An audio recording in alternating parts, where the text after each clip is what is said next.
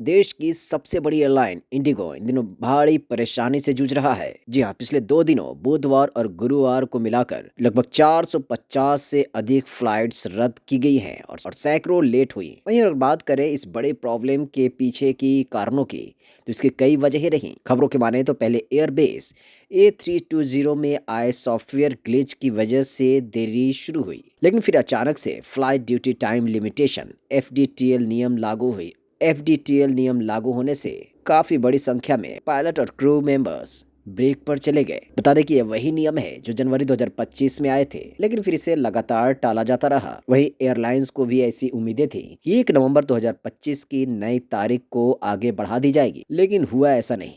लेकिन अब इसी बीच डीजीसीए ने शुक्रवार को पायलटों के साप्ताहिक आराम से जुड़े नए नियम को वापस ले लिया है। अपने नोटिफिकेशन में डीजीसीए ने कहा है कि मौजूदा हालात और एयरलाइंस की तरफ से ऑपरेशंस को स्थिर रखने की मांग को देखते हुए ये फैसला लिया गया है। नोटिफिकेशन में लिखा गया, चल रहे ऑपरेशनल डिस्ट्रप्शन और एयरलाइन से मिली अपीलों को देखते हुए यह निर्देश की साप्ताहिक आराम की जगह कोई छुट्टी नहीं दी जा सकती, तुरंत प्रभाव से वापस लिया जाता है। बता दें कि एफडीटीएल नियमों के लागू होने के बाद इंडिगो की उड़ानें लगातार रुकने लग गई थी, क्योंकि इन नियमों के तहत पायलटों की साप्ताहिक आराम अवधि 36 घंटे से बढ़कर 48 घंटे हो गई थी। वहीं रात की ड्यूटी का समय रात 12 बजे से सुबह 6 बजे तक माना जाएगा और पायलट अब सप्ताह में सिर्फ 2 नाइट लैंडिंग ही कर सकते हैं, जबकि पहले यह समय सीमा 6 थी। तो वहीं लगातार 2 नाइट ड्यूटी पर भी रोक लगा दी गई है। इसके साथ ही 12 से 6 के बीच आने वाली उड़ानों की अधिकतम फ्लाइट टाइम सीमा 8 घंटे तय की गई है। वहीं इन बदलावों के बाद पायलटों की उपलब्धता पर काफी असर पड़ा, जिसके बाद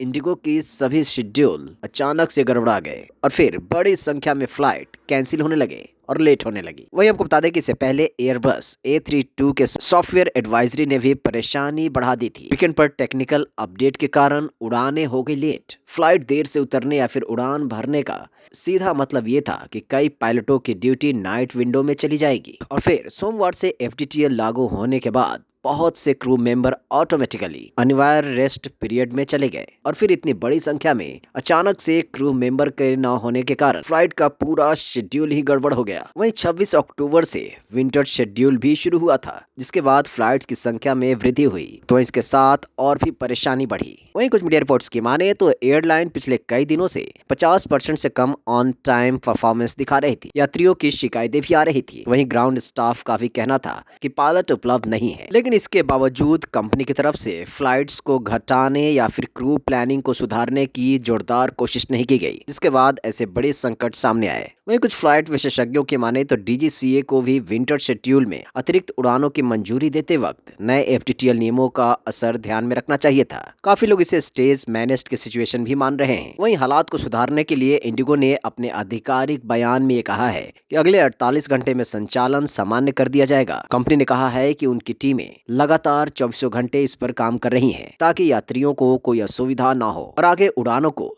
जल्द से जल्द सामान्य किया जा सके। वहीं पीटीआई रिपोर्ट के अनुसार इंडिगो ने गुरुवार को डीजीसीए को यह बताया है कि वो 8 दिसंबर से फ्लाइट्स को कम करने वाली है और पूरी तरह से स्थिर संचालन 10 फरवरी 2026 तक बहाल हो जाएगा।